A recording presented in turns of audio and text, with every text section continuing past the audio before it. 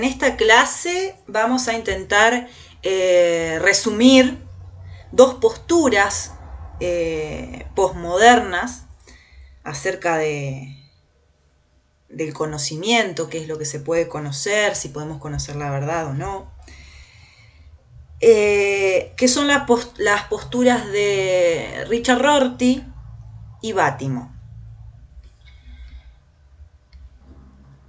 Nosotros sabemos que en la modernidad el sujeto moderno se rebela contra toda metafísica anterior, ¿no? Como fundamento. Y al negar la metafísica como fundamento, el sujeto moderno va a plantear un nuevo fundamento de todo lo real, que va a ser la razón. En la modernidad la razón es el principio ordenador del mundo, de la historia, o sea, se confía plenamente en la capacidad de la razón para llevar a la humanidad a un progreso ilimitado. Pero resulta que en el siglo XX, ¿sí?, con la caída del muro de Berlín, acá estoy citando a Oppenheim, a Martin Oppenheim, con la caída del muro de Berlín no solamente van a caer, dice Martin Oppenheim, las grandes utopías como el comunismo, sino también todo discurso que se presume de verdadero o de universalmente válido, ¿no?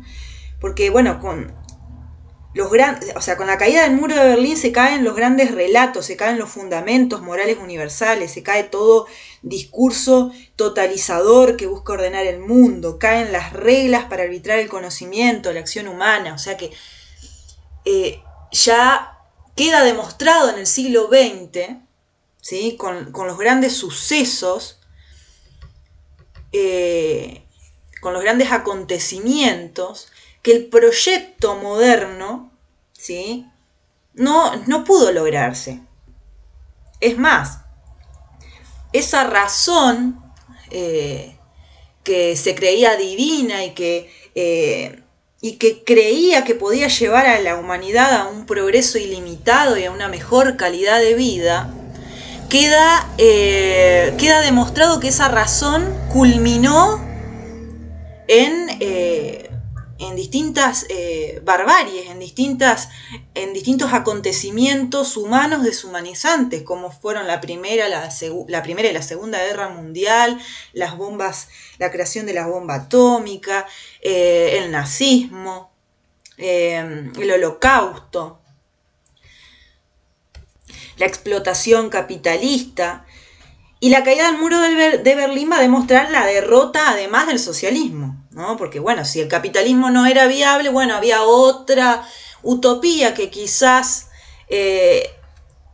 iba a servir y no, tampoco sirvió, digamos. Entonces,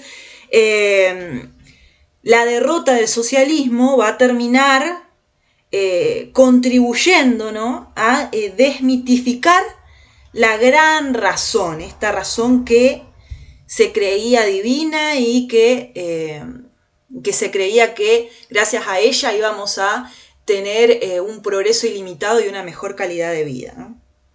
Entonces se rompe en el siglo XX con todos estos acontecimientos, se rompe con la idea de que la modernización va a llevar a una mejor calidad de vida, a un progreso ilimitado, ¿no? Y todos estos acontecimientos que suceden en el siglo XX va a girar en torno a la proclamación de Nietzsche de la muerte de Dios, ¿sí? Que va a implicar no solamente el ateísmo y la muerte además de la metafísica, sino que va a implicar la muerte del sujeto moderno, ¿sí?, el sujeto trascendental. La muerte de los principios que garantizaban la certeza, la muerte del sujeto trascendental que estaba dotado de facultad para conocer objetivamente la realidad, ¿no?, y que podía llegar a un conocimiento universalmente válido y necesario, muere en la posmodernidad. O sea, en el siglo XX está la muerte de la razón, la muerte del sujeto y del proyecto moderno. Se cae en lo que ya Nietzsche había proclamado, ¿sí? Había proclamado a principios del siglo XX, a fines del siglo XIX, el nihilismo, ¿sí? En la desaparición de todo valor, de todo fundamento, de todo sentido, ¿no? La famosa frase de Nietzsche, pensar sin arjé y obrar sin telos, pensar sin fundamento y obrar sin un fin. Y este nihilismo del siglo XX va a colocar al hombre entre ambivalencias cruzadas, ¿no? Porque este nihilismo lo va a proveer de autonomía, pero también lo va a sustraer de todo fundamento, de toda continuidad, ¿sí? Entonces, la posmodernidad no se define solo en contraposición de la modernidad, porque no es la época siguiente o la época que la continúa, sino que se plantea la posmodernidad como una superación o consumación de la modernidad. No se la plantea así, sino como la posmodernidad es la época que demuestra el fracaso del proyecto moderno. Aunque en esto hay distintas posturas, ¿no? Por ejemplo, tenemos a Habermas, de la Escuela de Frankfurt, sería de la segunda generación de la Escuela de Frankfurt, que va a apostar por el proyecto moderno. Va a decir, bueno, pero el proyecto moderno no fracasó del todo y hay que buscar la manera de ver cómo poder llevarlo a cabo. Y están los otros que van a plantear, como por ejemplo en esos otros tenemos a Bátimo y a Rorty, que van a plantear que la posmodernidad es el fracaso del proyecto moderno, ¿sí? Y por lo tanto es la ruptura del proyecto moderno, ¿sí? La posmodernidad es la consecuencia lógica de los excesos del proyecto moderno, ¿no? Que comenzó, dice, por establecer límites a las posibilidades de la razón y terminó renunciando a la tarea de fundamentación trascendental propia de la metafísica. La posmodernidad es la etiqueta del descrédito del proyecto moderno y de cualquier propuesta sobre el hombre, la vida, la moral y la historia. Acá, en esta frase vemos rotundamente el planteo del proyecto de la posmodernidad como el fracaso del proyecto moderno, ¿sí?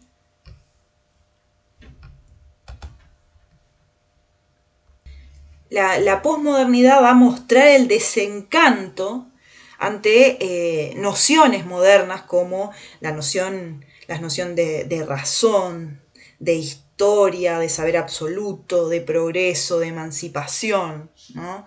Una pérdida de peso de los grandes discursos, de los grandes metarrelatos que movilizaron a los hombres en la modernidad.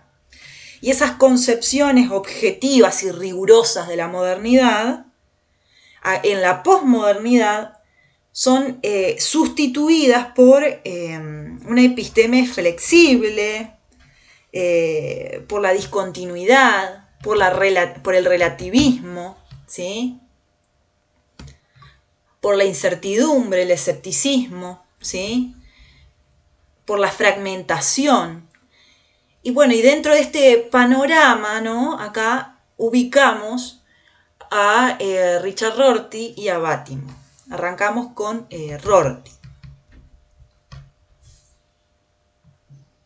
Bueno, Richard Rorty entonces es un filósofo estadounidense que nace en 1931 y muere en el 2007 de cáncer de páncreas.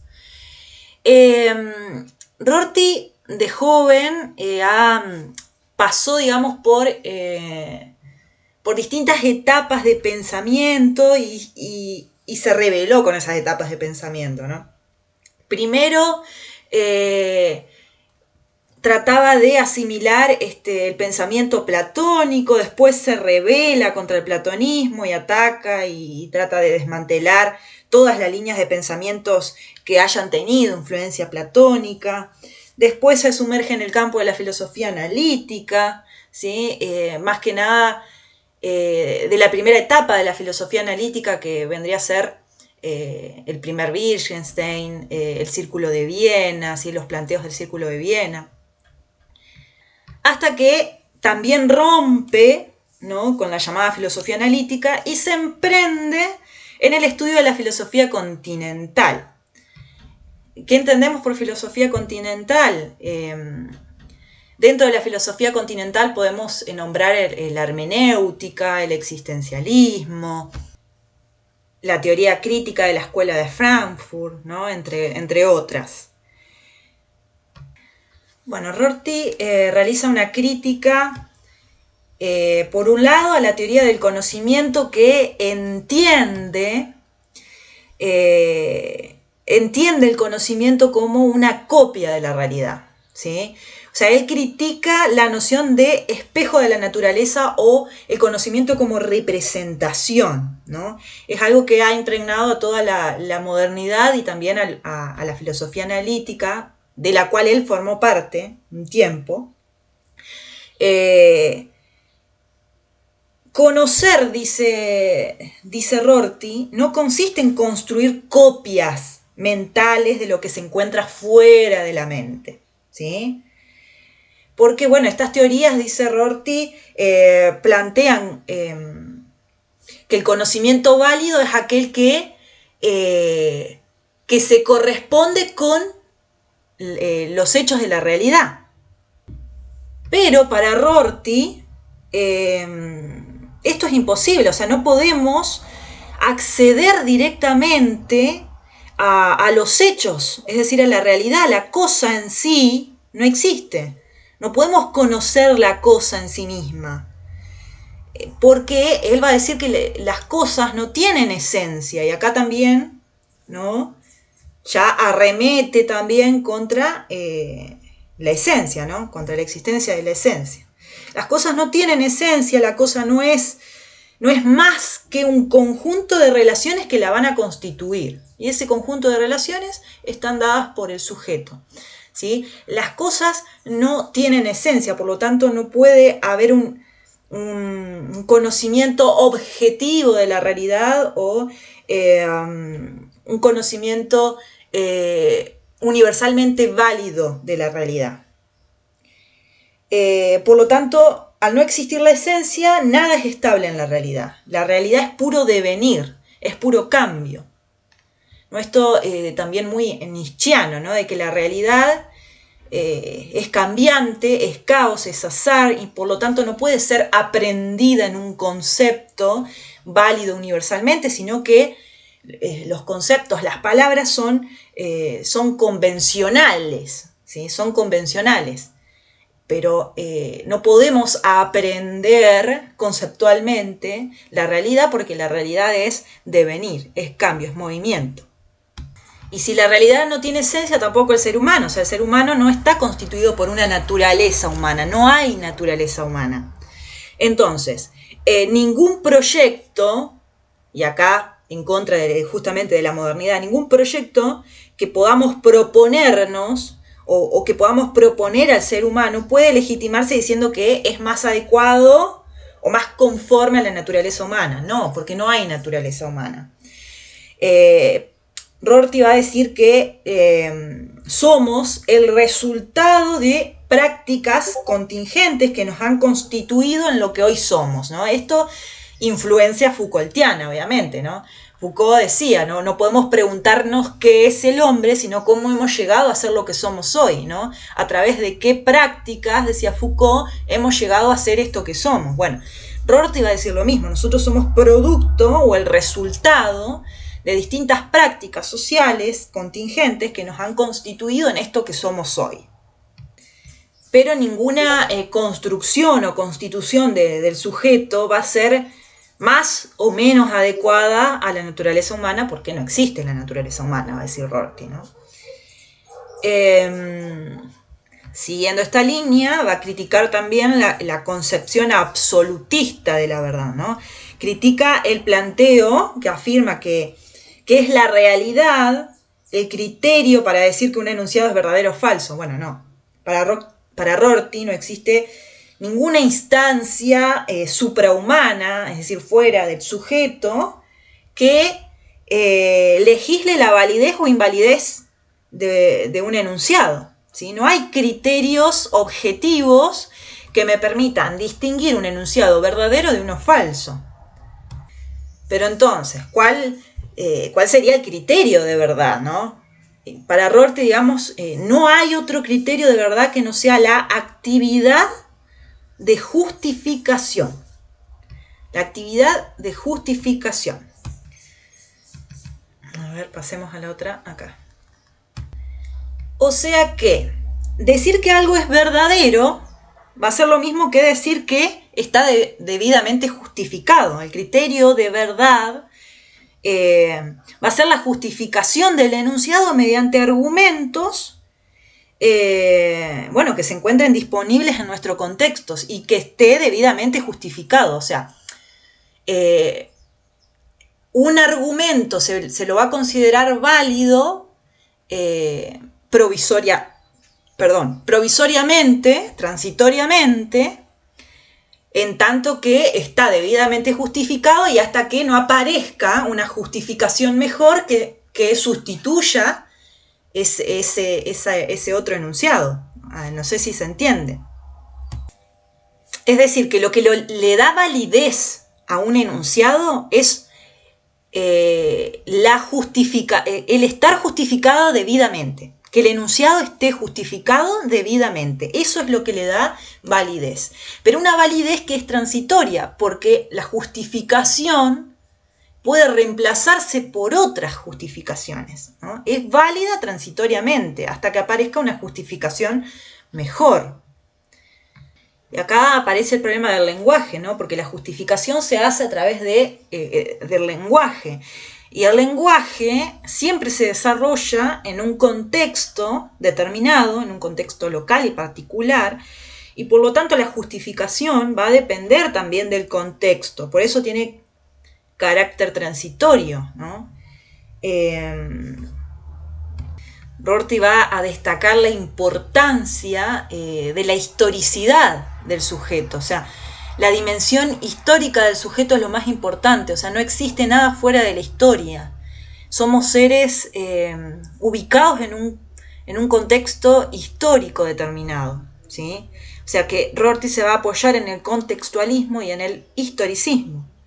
La historicidad va a ser constitutivo no solamente del sujeto, sino de todas las prácticas y producciones humanas, ¿sí? Todos los conocimientos, todos los valores y hasta el propio hombre, hasta el propio sujeto, están marcados por la historicidad y por la contingencia. Por eso se dice que el planteo o la postura de Rorty es relativista, plantea un relativismo histórico, ¿no? Porque el conocimiento y los valores van a depender de las condiciones sociohistóricas en las que surgen, digamos, ¿no? Y como las condiciones sociohistóricas son contingentes y variables, también lo es el conocimiento, la verdad y los valores, ¿sí? Bien. Y si hay algo que el ser humano tiene que defender, es la libertad, ¿sí? El hombre es un ser histórico-social, contingente, pero está librado a sí mismo. Por eso Rorty se lo considera como un antiautoritario, porque niega todo planteo que implique la obediencia, y se lo considera un libertario. Bien, ahora pasemos a Bátimo. Gianni Bátimo nace en 1936, todavía vive, es un filósofo italiano, ¿sí? Bátimo, este va a ser más cortito todavía, Bátimo va a plantear que el pensamiento nietzscheano, ¿sí? Va a ser como el nuevo pensamiento del ser, porque el pensamiento nietzscheano fue capaz de ultrapasar la metafísica, porque Nietzsche no busca estructuras estables en la realidad, no busca esencia, no busca fundamento, sino que busca captar el ser como evento, como acontecimiento histórico, ligado siempre a una situación histórica, a una situación de época. El ser como evento es entendido el ser como devenir, el ser que cuando queremos captarlo ya no está, porque ya cambió, digamos, como no hay esencia, es un ser cambiante, por eso es ser como evento, ¿sí? No es estable. Y entendiendo al ser de esta manera, estamos respetando, dice Bátimo, la radical historización del ser, ¿sí? El ser es histórico. Tanto Bátimo como Rorty, ¿no? Ambos van a plantear que recién con el giro lingüístico del siglo XX hay una superación de los ideales modernos, porque con el giro lingüístico el ser empieza a ser comprendido como lenguaje, ¿no? Y tanto Bátimo como Rorty van a estar influenciados por el segundo Wittgenstein, que va a plantear que el significado de un signo va a depender del contexto de uso, ¿sí? No depende de la referencia. El significado del signo no va a depender de la referencia o del hecho al cual el signo refiere, sino que va a depender del contexto en que se usa. Entonces, lo que hace esto es descentralizar al sujeto de su solipsismo y de su pretendida autonomía, porque localiza simultáneamente a la razón en una trampa de juegos del lenguaje, el juego del lenguaje siempre son cambiantes, no hay certezas últimas, justamente porque el significado no viene dado por la referencia, sino por el contexto de uso. Entonces el ser queda reducido, digamos, a un mero juego del lenguaje, ¿no? Y nada más. No es algo estable. Bien, todo esto va a llevar a Bátimo a plantear el pensamiento débil. Es decir, Bátimo plantea que hay que sustituir el planteo, ese planteo moderno del pensamiento fuerte, estable y verdadero, que cree saber objetivamente qué es la realidad, que busca un fundamento para sus afirmaciones, que hay que sustituirlo por un pensamiento débil, ¿sí? Él dice que hay que someter al sujeto a una, entre comillas, cura de adelgazamiento. ¿Qué significa la cura de adelgazamiento? Va a implicar, por un lado, plantear una ontología débil, ¿sí? Justamente lo que venía diciendo, el ser debe ser entendido como evento, como acontecimiento, como devenir, ¿sí? Implica también el planteo de un sujeto débil. El sujeto también es un sujeto que deviene, que es moldeable, que no tiene esencia, que no tiene naturaleza. Implica también el pensamiento débil, ¿sí? Hay que abandonar el pensamiento objetivo, fuerte, estable, y adoptar un pensamiento flexible que pueda ir adoptando distintas posiciones, ¿no? Se debe pasar de un pensamiento fuerte metafísico a un pensamiento despreocupado, dice Bátimo, y alejado de todas las preguntas existenciales. Y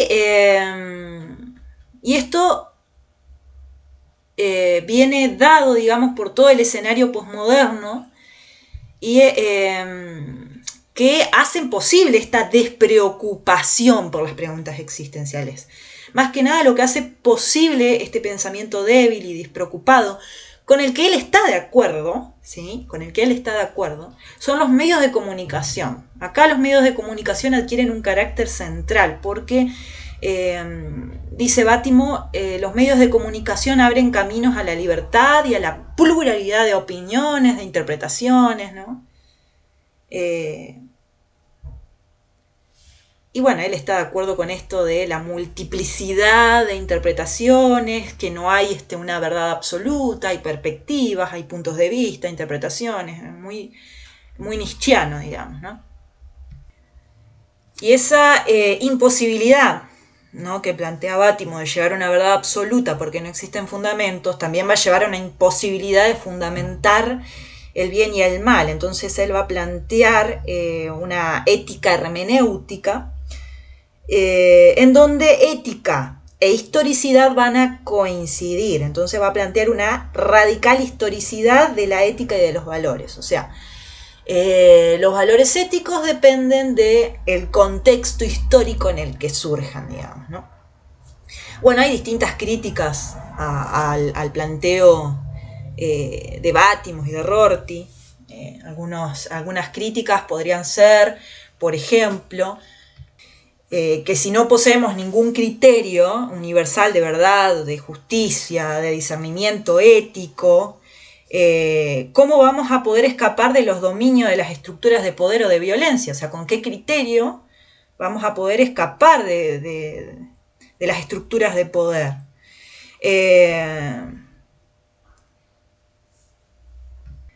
Porque, bueno, si dejamos al sujeto sin fundamentos, sin criterios objetivos, entonces dejamos al sujeto sin capacidad de crítica, ¿sí? Quedamos con un sujeto acrítico, ¿sí?